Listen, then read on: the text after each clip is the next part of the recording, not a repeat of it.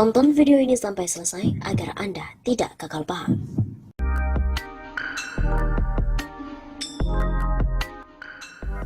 Presiden gadungan.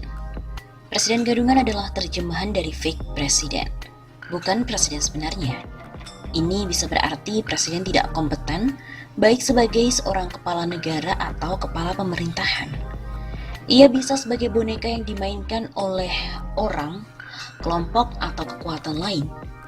Fake presiden dapat juga identik dengan presiden abal-abal. Presiden gadungan juga disebabkan delegitimasi jabatan berupa hilangnya kepercayaan rakyat. Keberadaan presiden dinilai hanya merepotkan. Rakyat menderita oleh perilaku politik presiden yang dianggap tak berkualitas dan tak memiliki sensitivitas. Hal seperti ini adalah efek dari orientasi yang hanya pada diri dan kroninya. Lalu, rakyat pun menjadi bulan-bulanan dari slogan yang hanya bernilai pencitraan. Presiden gadungan atau fake presiden adalah pemimpin yang ilegal. Keabsahan statusnya goyah. Sebagai contoh adalah kejutan kasus yang terbuka setelah disembunyikan 9 bulan. Putusan MA yang menyatakan pasal 3 ayat 7 PKPU nomor 5 tahun 2019 tidak memiliki kekuatan hukum mengikat. Rontoklah dasar hukum penetapan pasangan Jokowi Ma'ruf. Beberapa ahli atau loyalis presiden mengatakan putusan MA nomor 44 P/Hum/2019 tanggal 29 Oktober 2019 tersebut tidak berlaku surut atau retroaktif. Karenanya tak berpengaruh pada putusan MK yang menolak gugatan Prabowo Sandi. Terhadap hal ini, tentu terus diperdalam dan masih bisa debat lanjutan. Indikatornya antara lain. Pertama, permohonan uji material Rahmawati CS terregister di Mahkamah Agung pada tanggal 14 Mei 2019. Artinya sebelum putusan MK 27 Juni 2019. Maknanya adalah permohonan uji material tersebut sangat berkaitan dengan Pilpres 2019. Bukan berdiri sendiri. Dalam permohonan pemohon pun juga disinggung konteks Pilpres 2019.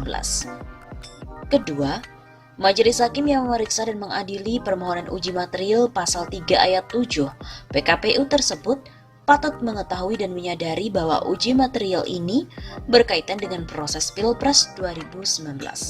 Sehingga jika asas retroaktif tak bisa diberlakukan, putusan akan tegas mengatakan keberlakuan putusan untuk Pilpres yang akan datang, atau penafsiran argumentum a contrario. Ketiga, tafsir bahwa MK telah memenangkan pasangan Jokowi Ma'ruf, sehingga putusan MA tidak berpengaruh pada hasil Pilpres, bisa keliru total.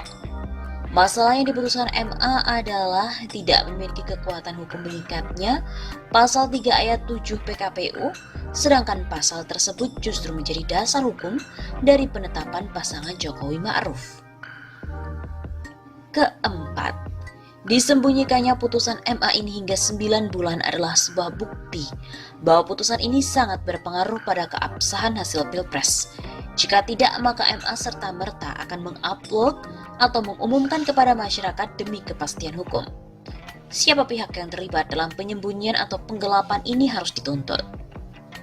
Jadi di sini patut diduga kuat adanya skandal politik dan hukum yang sangat memalukan. Ada gaslighting dan ada corruption. Sinyal dari terkuaknya skandal besar. Yang jelas, putusan MA nomor 44 P/Hum/2019 tersebut akan menjadi sebuah bukti bahwa kemenangan pasangan Jokowi Ma'ruf itu sebenarnya sangat bermasalah. Cacat politik dan cacat hukum. Bila DPR menangkap aspirasi rakyat yang mempermasalahkan kualitas dan legitimasi presiden, maka putusan MA tersebut dapat dijadikan dasar sebagai proses pemaksulan presiden. Putusan MA nomor 44 P/Hum/2019 itu dalam kaitan keabsahan pasangan Jokowi Ma'ruf bukanlah pelintiran, tapi suara hukum dari keadilan dan kebenaran. Sebagai hiburan, khususnya bagi para penjilat politik dan hukum, dihimbau untuk membaca bukunya Mark Green dan juga Ralph Nader yang berjudul Fake President: Decoding Trump's Gaslighting, Corruption, and General Bullshit. Fake presiden tidak boleh dibiarkan, siapapun dan kapanpun, karenanya harus diakhiri.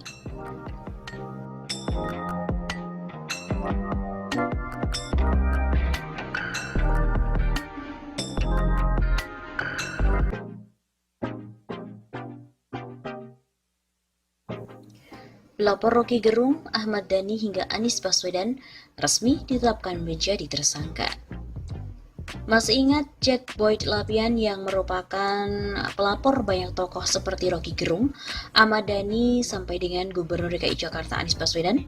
Saat ini pria itu telah ditetapkan sebagai tersangka pencemaran nama baik oleh Direktorat Tindak Pidana Umum Ditipidum Barreskrim Polri. Karopenmas Divisi Humas Polri Brigjen Awistiono menyampaikan bahwa JBL ditetapkan sebagai tersangka bersama dengan seorang perempuan berinisial TSE berdasarkan laporan polisi nomor LP-B-097-11 Romawi -2019 Barreskrim tertanggal 13 November 2019 dengan pelapor Andre Darwis. Dari hasil gelar perkara, diputuskan bahwa saudara JBL dan saudari TSE statusnya dinaikkan dari saksi menjadi tersangka. Begitu kata Awi dalam konferensi pers virtual dari Mabes Polri Jakarta, Selasa 30 Juni. Selain itu, Awi juga menambahkan penetapan tersangka dilakukan oleh penyidik setelah mereka melakukan pemeriksaan terhadap 14 orang saksi, 2 diantaranya adalah saksi ahli, bahasa, dan pidana. Adapun pasal yang menjerat Jack Boyd Lapian ialah pasal 45 ayat 3, Jungto pasal 27 ayat 3 Undang-Undang Nomor 19 Tahun 2016 tentang perubahan atas Undang-Undang Nomor 11 Tahun 2008 tentang Informasi dan Transaksi Elektronik atau ITE. Jack Lapian dikenal sebagai Sekjen Cyber Indonesia dan merupakan seseorang yang menjadi pelapor terhadap sejumlah tokoh seperti Roky Gerung dalam kasus dugaan penodaan agama terkait pernyataan Roky, yaitu kitab suci adalah fiksi.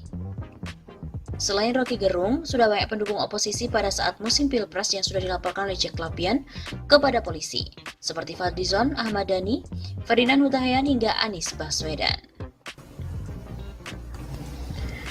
Badan Reserse Kriminal Polri telah menetapkan Jack Lapian dan juga Titi Sumawijaya Empel sebagai tersangka dalam kasus pencemaran nama baik yang telah melibatkan pendiri Kaskus, Andre Darwis. Dari hasil gelar perkara diputuskan bahwa saudara JBL dan saudari TSE statusnya dinaikkan dari saksi telah menjadi tersangka. Begitu kata Kepala Biro Penerangan Masyarakat Divisi Humas Mabes Polri, Brigjen Awistiono kepada pers saat konferensi pada hari Selasa 30 Juni. Awi mengatakan penyidik telah memeriksa 14 orang saksi, 1 orang saksi ahli bahasa dan 1 orang saksi ahli hukum pidana, sebelum akhirnya menetapkan Jack Boyd Lapian dan Titi sebagai tersangka. Untuk Jack Lapian sendiri, polisi menyangkakan dengan pasal 45 ayat 3 Jungto, pasal 27 ayat 3 Undang-Undang Nomor 19 Tahun 2016 tentang perubahan atas Undang-Undang Nomor 11 Tahun 2008 tentang ITE. Sedangkan untuk Titi dikenakan pasal 310 dan 311 KUHP tentang pencemaran nama baik. Jack Lapian selama ini aktif sebagai Sekretaris Jenderal Cyber Indonesia. Awalnya ia dan beberapa aktivis lain membentuk organisasi masyarakat yang dinamai Cyber Indonesia. Organisasi tersebut sudah didaftar di Kementerian Hukum dan HAM. Selain itu, ia juga pendiri BTP Network sebagai dukungan untuk mantan Gubernur DKI Jakarta Basuki Cahayapurnama. Selain itu, ia juga menjadi bagian dari anggota Jokowi Ahok Social Media Volunteer atau JASMEV. Ia juga mengaku sebagai relawan kubu Jokowi Ma'ruf pada Pilpres 2019. Pada tahun 2018 yang lalu, Jack Boyd Lapian melaporkan Ahmad Dhani atas kasus ujaran kebencian. Ia juga turut hadir dalam persidangan kasus Ahmad Dhani, yakni saat memberikan kesaksian. Ia bersaksi bahwa selama periode Februari hingga Maret, isi cuitan Ahmad Dhani berisi ujaran kebencian. Berdasarkan laporan Jack Lapian, kini Ahmad Dhani dijatuhi vonis bersalah dan kini ditahan. Masih di tahun 2018, Jack Lapian juga melaporkan Anies Baswedan terkait dengan kebijakan penutupan Jalan Jati Baru Tanah Abang, Jakarta.